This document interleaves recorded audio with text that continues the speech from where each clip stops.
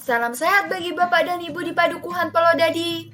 Pada kesempatan ini, kita akan membahas mengenai apakah pelaku UMKM dapat melakukan ekspor. Mungkinkah? Simak penjelasan dari video berikut. Selamat menonton! Berdasarkan data, kontribusi pelaku UMKM terhadap total nilai ekspor hanyalah 4%. Tentunya terlintas di pikiran Anda bahwa tidak mungkin untuk menembus bahkan memasok pasar ekspor karena kendala permodalan, ketersediaan bahan baku, hingga peluang memperluas pasar. Dr. Irma Indrayani, Ketua Program Studi Hubungan Internasional Universitas Nasional Jakarta, menyatakan bahwa UMKM lebih mampu bertahan menghadapi pandemi COVID-19 dalam 1 tahun terakhir. Peralihan modal bisnis dari usaha besar dan peralihan gelombang pekerja yang terkena PHK mayoritas memutuskan untuk membentuk UMKM. Permasalahan klasik yang menghambat UMKM untuk menembus pasar global diantaranya adalah yang pertama, perubahan bisnis dari konvensional menjadi digital.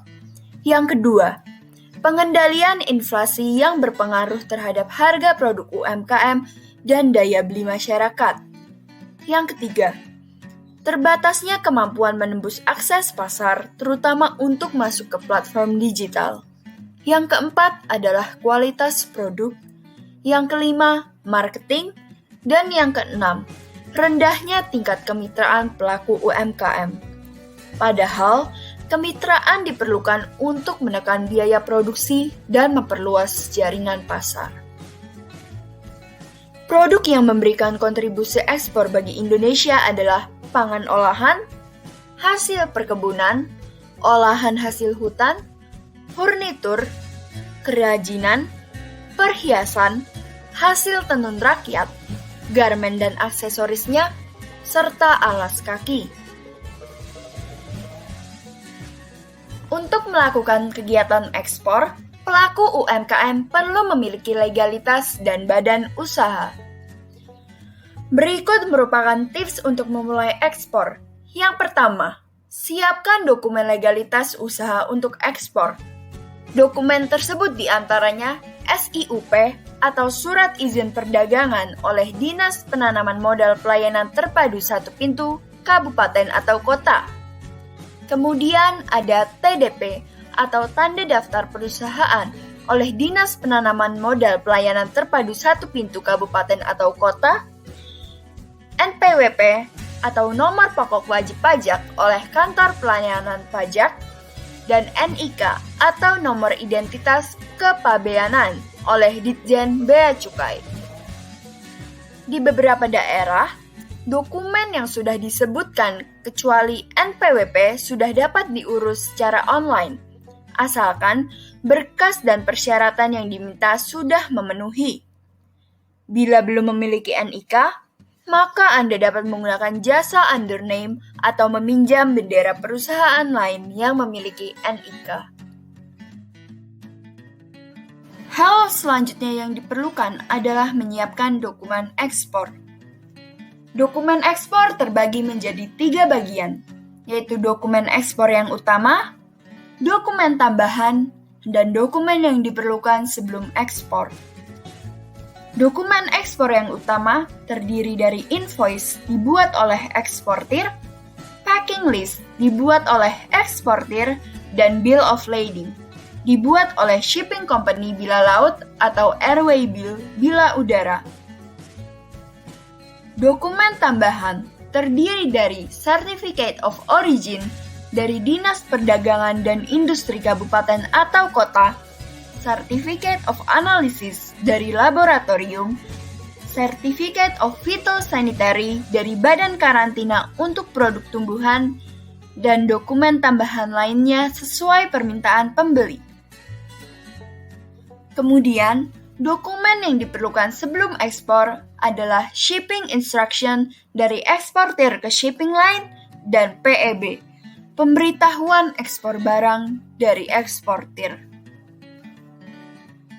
Banyaknya dokumen ekspor yang diperlukan tergantung oleh produk yang akan diekspor, prosedur di negara tujuan, dan permintaan dari pembeli yang pastinya berkaitan dengan perusahaannya. Tips ketiga adalah memanfaatkan fasilitas ekspor yang disediakan pemerintah dan berbagai instansi lainnya. Kunjungi situs djpen.kemendak.go.id agar Anda dapat melihat permintaan dari perusahaan luar negeri akan suatu produk, ringkasan pasar, dan intelijen pasar suatu produk. Ikuti kegiatan pameran yang diadakan oleh Dinas Koperasi dan UKM untuk memperkenalkan produk Anda. Contohnya seperti Trade Expo Indonesia 2016 yang diadakan oleh Dinas Koperasi dan UKM Provinsi DKI Jakarta. Anda juga dapat mengikuti pameran yang diadakan oleh KBRI.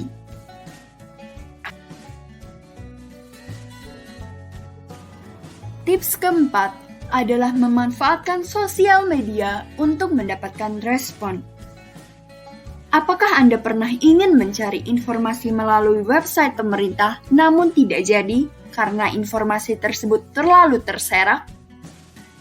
Anda dapat memanfaatkan Instagram, LinkedIn, Twitter, dan Facebook agar mendapat respon mengenai informasi yang Anda butuhkan. Gunakanlah direct message pada masing-masing media sosial tersebut. Setelah mendapatkan respon, jangan lupa untuk mengkonfirmasi langkah aksi berikutnya. Contohnya seperti mendapatkan kontak person dan sebagainya.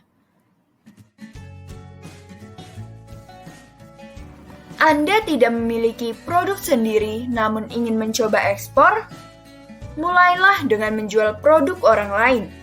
Anda dapat mencoba menentukan negara tujuan ekspor dan mencoba menjual dengan kuantitas kecil yaitu kurang dari 50 kg melalui kurir internasional seperti EMS Pos Indonesia, FedEx, DHL, dan sebagainya.